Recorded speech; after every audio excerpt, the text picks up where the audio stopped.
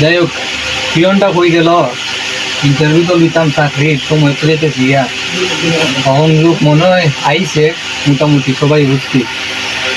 দেখ পিয়ন একজনটা পাঠাও। ওয়ালাইকুম আসসালাম। বসো বসো বসো। এখন আমরা কোর্স তো তুমি করছো, আমরা একজন চাকরি লাগে মানে একজন লোক আমরা নিয়োগ দিছি, খবর মনে পাইছো? কাগজপত্র সব ঠিক আছে নি? আচ্ছা, আর আমার এই ল্যাপটপে পরে দেখতেছি আগে দেখি কাগজপত্রগুলো। আরে মৃত্তিকা তো প্লাস আমার তো মিটারও বললে।